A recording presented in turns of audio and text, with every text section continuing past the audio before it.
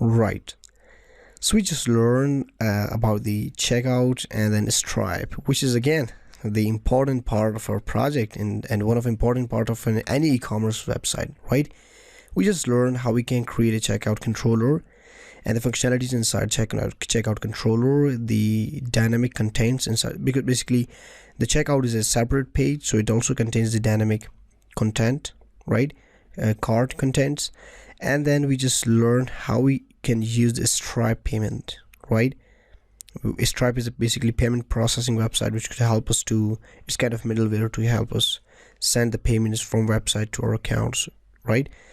And we just learned how we can update our shopping cart, right, while we check out. And we just can kind of add the orders to our database, right? We can just, after checkout, after completing our order, after order submission, we can just check our orders in our database. I mean, in short, in our admin panel, right? We just covered many things in this section.